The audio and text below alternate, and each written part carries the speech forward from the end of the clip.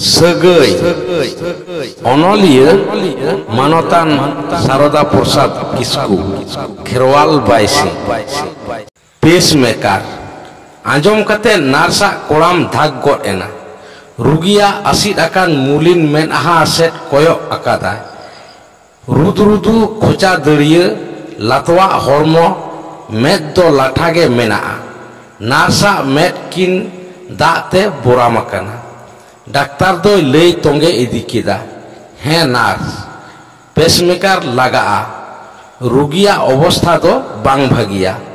jahan tin rege heart fail dareya heart adi weak gitaya am do diserem dohaiya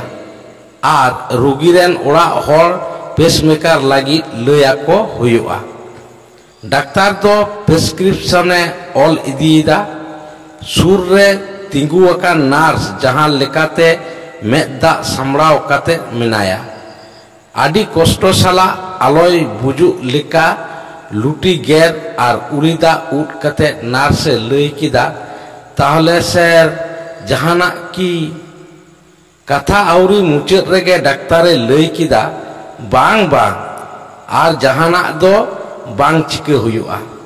ran oksigen injection jeleka ol menaa onka ge chalaa tobe logon ge pacemaker baisau huyu'a mit te daktar rugi nyel idiet koa ar nurse do saw-sawte menaya goro lekate cardiology ward ren thare tharte rugi nyel huyen taya ward ria booth re durub kate midbar kagoj re soi kida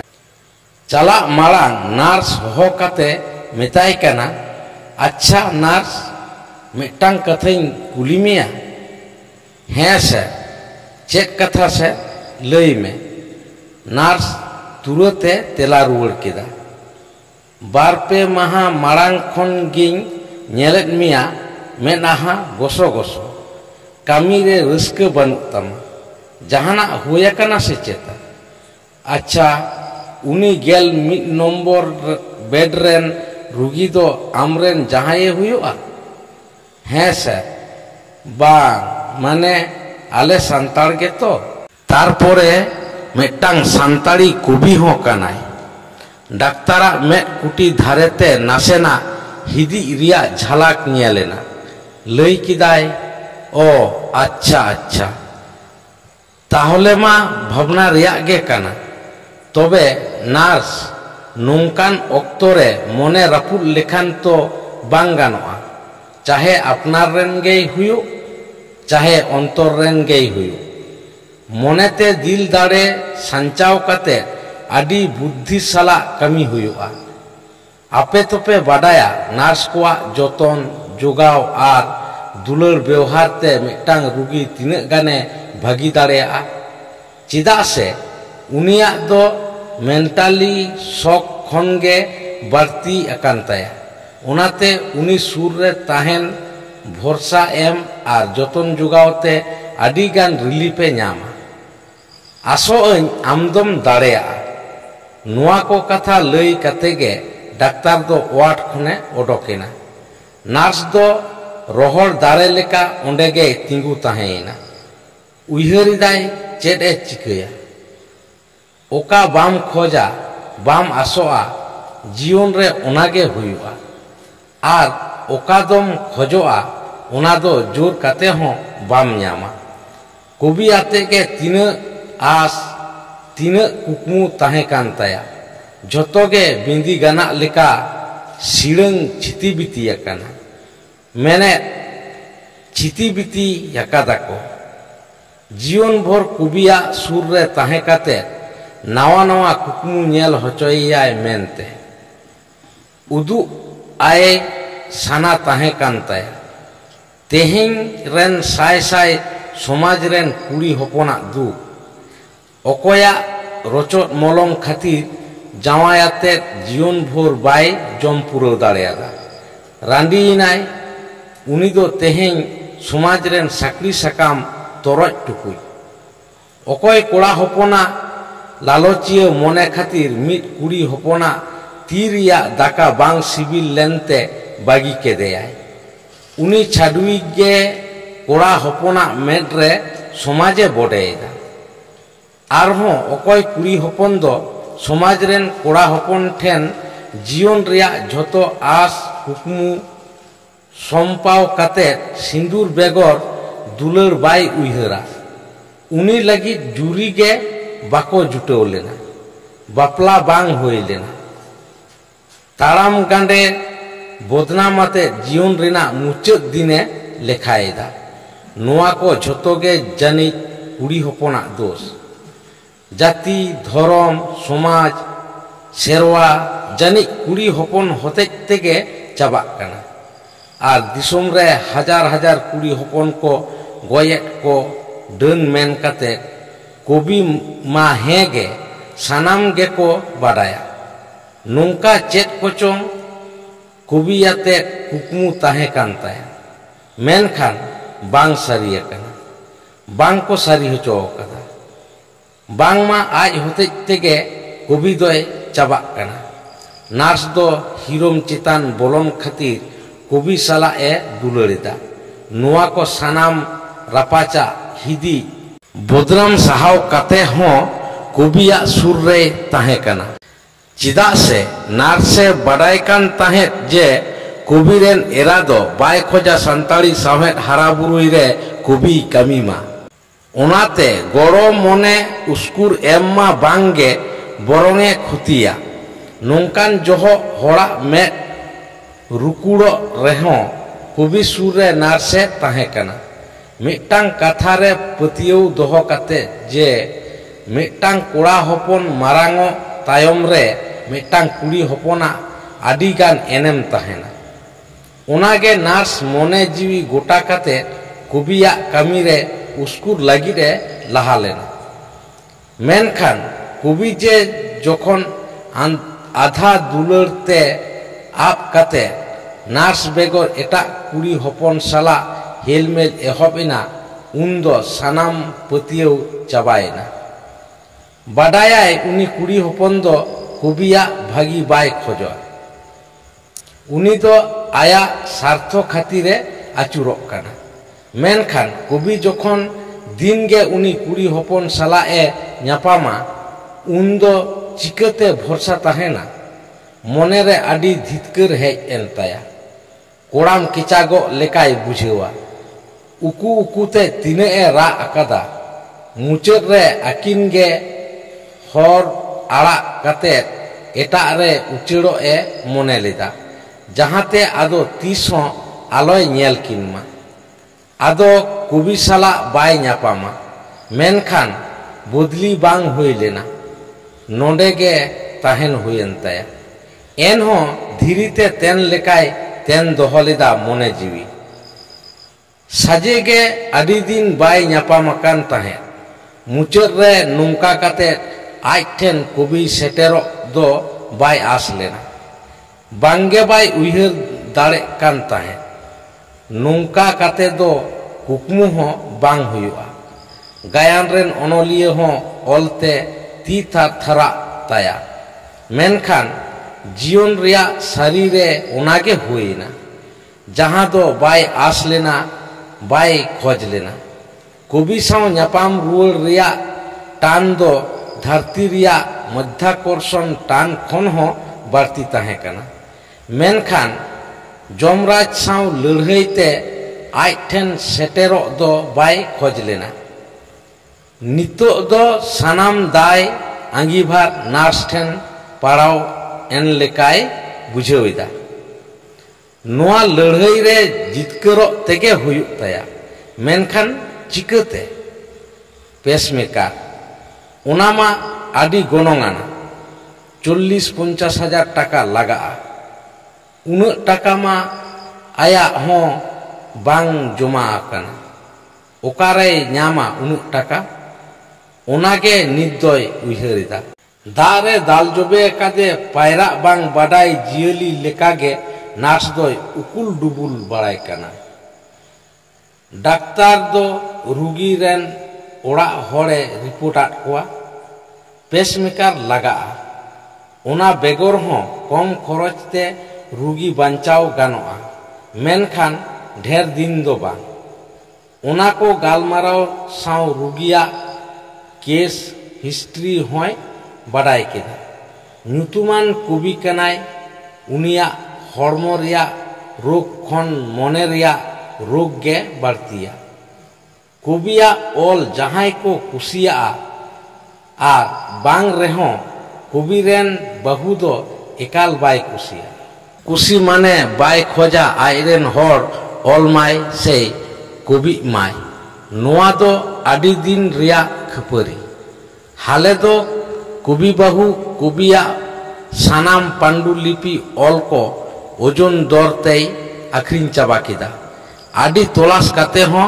बांग नाम road लेना ओना तायम गे Kavia नोंका dosa doctor नोआय बाडाय cat Khan कवि बहुआ ए तलाश केदा कवि बहुई सेटेरेन खान डाक्तारे कुली केदेया आमरेन ओड़ा होड़ा दो चिकते नोंका हुईना हे चो डाक्तार बाबू इन दो ओहइन लई किया कोड़ाम हसुई लई केदा इनगे एहो आले दो तुनुम चापो इस्किर बाड़ा तेगे दिशा आद एंताया कवि बहुई लई मुचत केट खान डाक्तार आरहोय कुली केदेया नुई दोय कवि हर काना ओल बाड़ायाय आम दो चिदा बाम ओल होचोइया से चिदा ओल लगी दिल दाड़े बाम एमाया डाक्तार बाबू आदि अशांति आदि किछु मेनाआ इन दो बाय कुसियेने खाली खाली बारहे बारहे गे दाड़ाना ओड़ा रेदो चेन हो बानुआ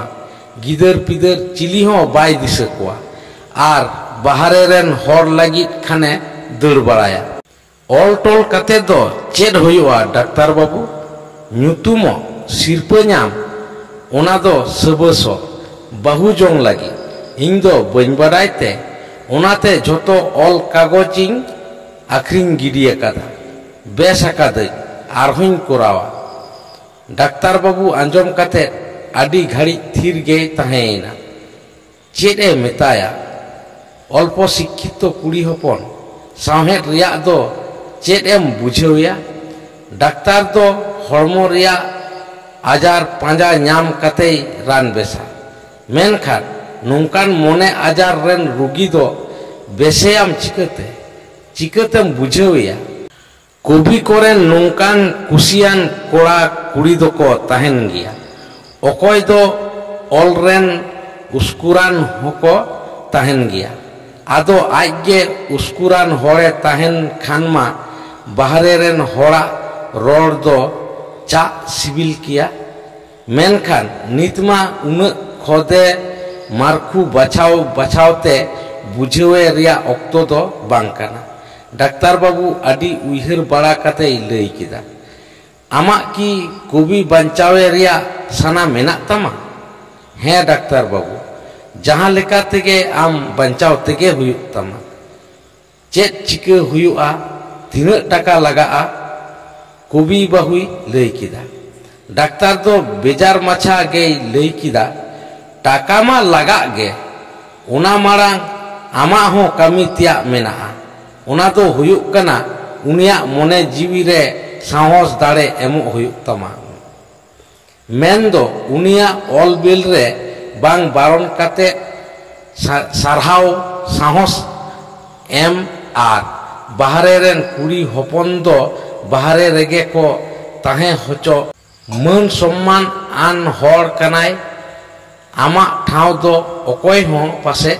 बाय एमा कोआ आर जुदी उनका हुयुक गे इन ठेन हिजुक में गड़ो आमाले ठीक गया अच्छा ठीक गया डाक्तार बाबू कवि बाबू जिलिंग गे साहेद काते तेला केदा आरहों बाडाय साना केदे खान लई किदाय ओना कोदो झोतों आंजमा डाक्तार बाबू बालिंग खपरिया बालिंग अशांतिया तबे डाक्तार बाबू तीना टाका लगा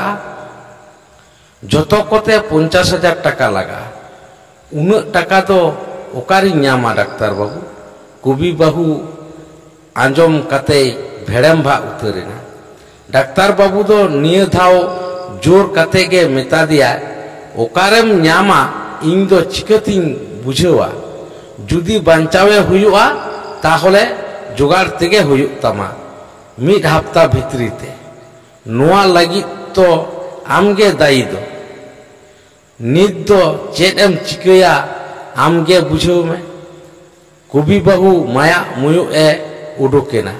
चेद ए चिकया ओकारे उन्नत टाकाय न्यामा बाय बुझेव दाड़ियाग कना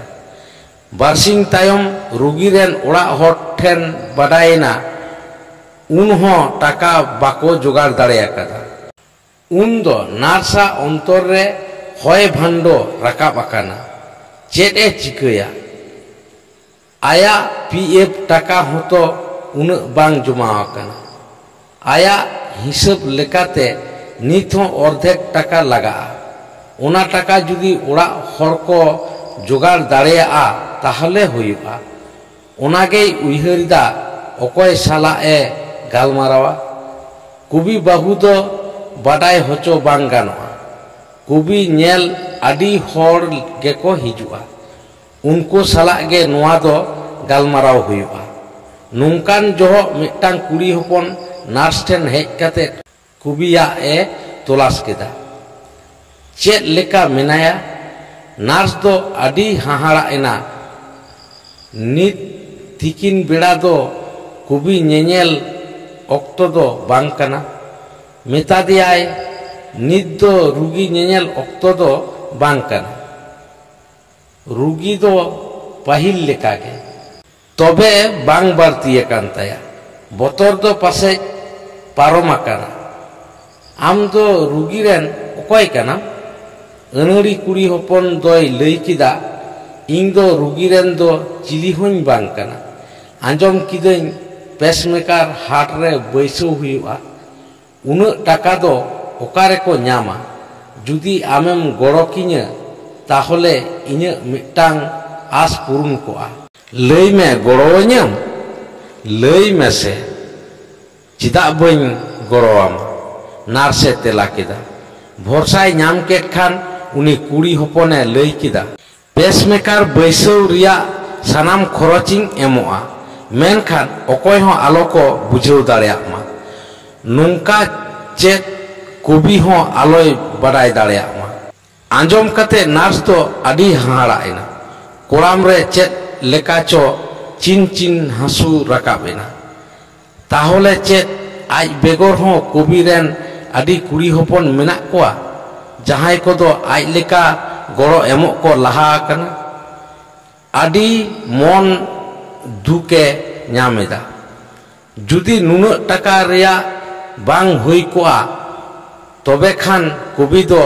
आज बेगर ओकोय ठेन हो ओहय रिन होचो किया आदि करज मटज कातेत गे आया उपरुम बाडाय साना केदेया सावते आरजी होय दोहो केदा हें आमिन गड़ो दाड़ेयामा जाते उनको ओकोय हो आलो को बाडाय दाड़ेयामा मेनखान इन ठेन दो सदरक गे हुयुक तमा आम दो कवि रेन ओकोय काना आर चेदा गे बांग उन्नत टाकाम एम लागिदोग काना अनड़ी कुड़ी हपन ठेन खन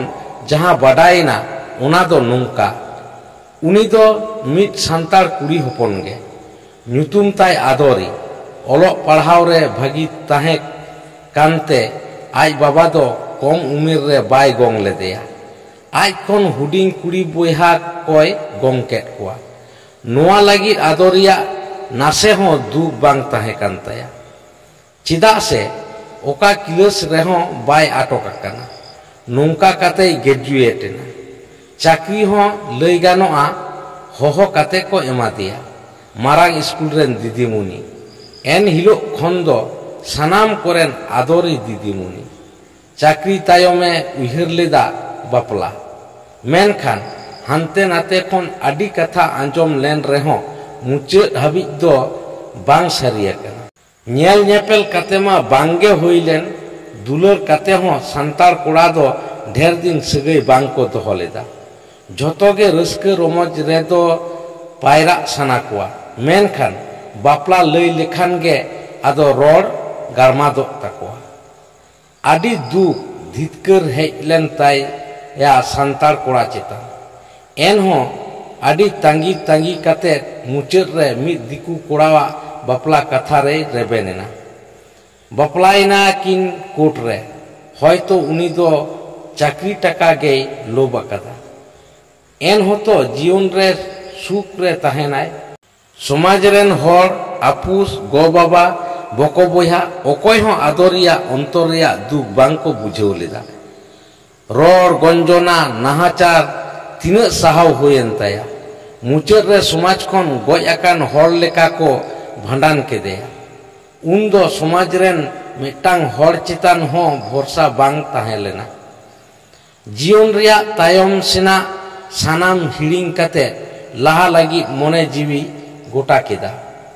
दिकू जावायाते संसारेदा आदरी मेनखान हतभागिया मलंग दो हर खन दिकू कते हों बांग आचुर लेन ताया लाहा तायम पेया कुड़ी गिद्रे गेको होयेना जहां समाज रे कुड़ी हपन कते जनम माने आपाता भिटे आखरी साना बांग ताहे कान रेहों जावाया मने पुरुन लगी पुन आना रे कोड़ा गिद्रे किन आस लेना आदि आस आर मलंग रे भरोसा दोहो कते हास्पताल रे जखन आरहों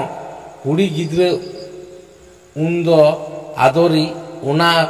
बिछने रेगे गजु साना लेदेया मेनखान उपाय बानुआ दिकू जावाया कथा लेकाते हास्पताल खन ओड़ा रुआर हर रे मने बाय खोजले रेहों जनम गिद्रे दोहो गिडी हटो कादेया उनी गिद्रे खातिर के तेहें कुबी बांचाव लगी ए दड़ हेज अकाना चिदा से उनी गिद्रे दो कुबी हालांग कादेते नित होय आसुल हराए काना ओनाते नित कुबिया विपद रे बाय तिंगु लेनखान मने जीवी रे चेद लेका चोय बुझेवइदा आंजम कते नार्स माय भेड़ेमभा उतरेना कुबी तो तीसों बाय सदर अकादा हालांग गिद्रे हराए काना मेनते आइरेन मेनते गे तोय बाडाया कुबिया मानवा दरदी अंतर बाड़ाय कते आया कोड़ाम हासु एकालते चाबायना बरং गरबते कोड़ाम दो मोड़े मुका ओसारेन लेकाय बुझेव किदा चिदा से आया जीवन रे नुन ओसार अंतरान कुबी दुलड़िए गाते लेकाते नाम अकादेया कुबी दो आइरेन सुमुंगे मेनखान आदरी रुआड़ काय रिया दाड़े हों आया बानुआ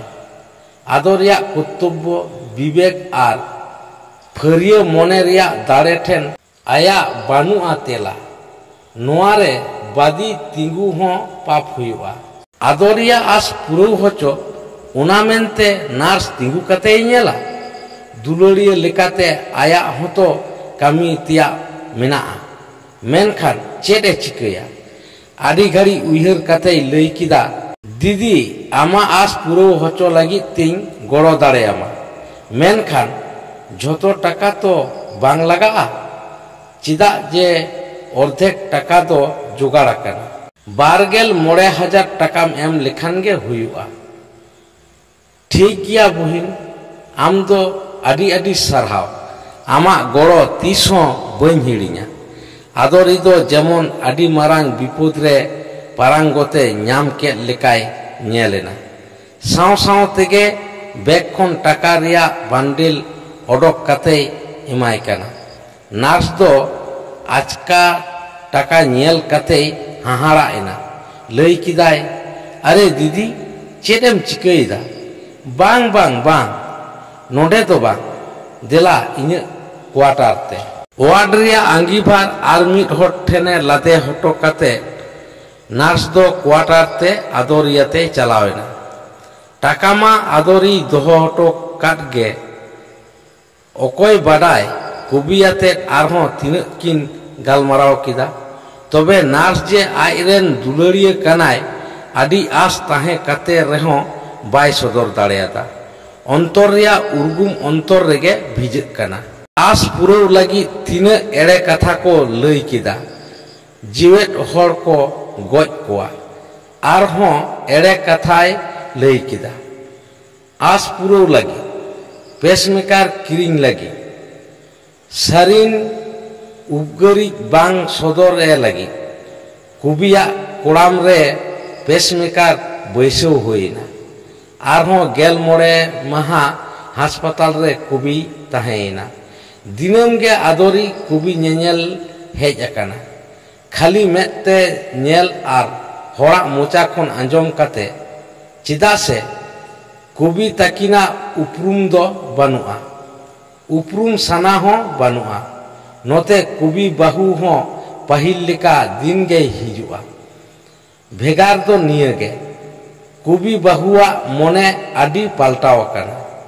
आदो बुझ काते से विपद रे पड़ाव काते अकय बाडाय कुबी बाहुई लया चिदा मोनेम बाड़िए तमागो बेस होदोग में से आदो ओलो बन बारन मिया बेस काते आरहों ओल में झोतो जतन जोगाव कातिं दोहो कातामा सुर रे तिंगु को आय नार्स आंजम काते कुबी तकिन किन कपय जोंगा उच्चड़ा किना एलांग सिर सिरते हास्पताल खन रुवड़ जोहो दिनम गे कुबी बहु नार्से मेताया नार्स बुहिन दाया काते निंदा दो लक्ष्यरेम दोहैया जुदी जहाना कोई खोजो रे सुर रेम तहेना निये दो काटी उपगरिंग में नार्स दो कुबी बहु ठेन खन नोंकान अंगीभार ᱧᱟᱢ काते आदि आदि सुके ᱧᱟᱢᱟ मने हुयुग ताया नोंका गे जीवन भर रिया अंगीभारे ᱧाम लेखान बांग बा चिदा नोंकाय उयहरिदा कुबी बहुआ ठाव रे दो तीस बांग बांग गड़ो लगी बांग जतन लगिते नोंका काते मिद दिन कुबी दो हास्पताल खन छेड़े ᱧाम किदा नार्स आर कुबी बाबू बना हरते कुबी किन सतो ओडोक केदेया नार्स दो हास्पताल रिया गेट हाबी ए चलावाकना नार्सा दुलर मा पाहिल खन गे ताहेकान नित बांग दो दाया दुलर मायाते बारिया अंतर तोपलाकाना ओनागे हा छापाडा काना संगिन खन आदोरिया मेद दो तियो अकादे कुबी ठेन टैक्सी रे कुबी दुरुब हटो काते गे कुबी बाहु दो नार्सा तीरे साब काते लई किदा बहिन आदिम कष्ट केद मिया आदिम गड़ो कादिया आमा गड़ो तीसो बइन हिड़िया तीसो बांग नार्सा हटो रे दिज अकान लेकाय बुझेवेदा कोड़ाम फुलक कना हामाल होय बुझेवेदा बाय रोड दाड़ेयादा कुबी दो हास्पताल रे आज बहुआ रोड व्यवहार रे साहस ᱧᱟᱢ काते गे बांग दो आज बहुई मिताय कना एगो दिलኝ उपरुम काबेन गे नोआ इᱧ कोड़ाम रे साहेद लगी चेत मेना पेसमेकार माने नोआ भागे ताहेन भोर दो बंचाविंग ताहेना आर नोय इन ऑल बड़ाईदा मेने साहेद इन चर्चावेद दो नोआ रे उसकुरी दो नुई गे आदो गड़ोई से गाते जागेम बुझ लई गानोआ जीवी बंचाव लगी जेलेक मेसिन पेसमेकार लगाव मेना उनका गे इन साहेद से साहेद बागान रे बाहा होचोई दो नुई इन रे नार्स आलिना सगई दो ओने कोड़ाम रे बैसो मेना लेका पेसमेकार नार्सा कोड़ाम थार थाराव गड़िना बाय आसाका ताहे नुंकान अवस्था रे पड़ा जोरती काते कुबी बहुई जोहारा देया नोते कुबी बहुआ हों मेस्कोज लांदा लुटी धारेते नेलेना बहो डबो काते टैक्सी गाड़ी रे बोलोयना गाड़ी भितरी खन विदयना आड़ांग आंजमेना नार्स दो जोरती काते गे ओंडे रोहर दारे लेकाय तिंगु ताहेना टैक्सी गाड़ी आड़ा रिया साडेते चमकाव चेठायेना। धुआं ओटांग काते टैक्सी गाड़ी दो चलावेना। नार्स नुना दो बाय आसाकान ताहें। कवि मुचाद रे नुन मारांग माने एम हटवा देया। कवि रेन उस्कुरी कनाय गरई कनाय रस्कते सुखते आया कोड़ाम हामाल खन आरहों हामाल कांताया। हटो हरते सानाम उछलौ ओडोको काना जानी। चेद हों बाय रोड दाड़ेयादा। उयहर तेहों आदि गरबे बुझावेदा। कवि दो तेहें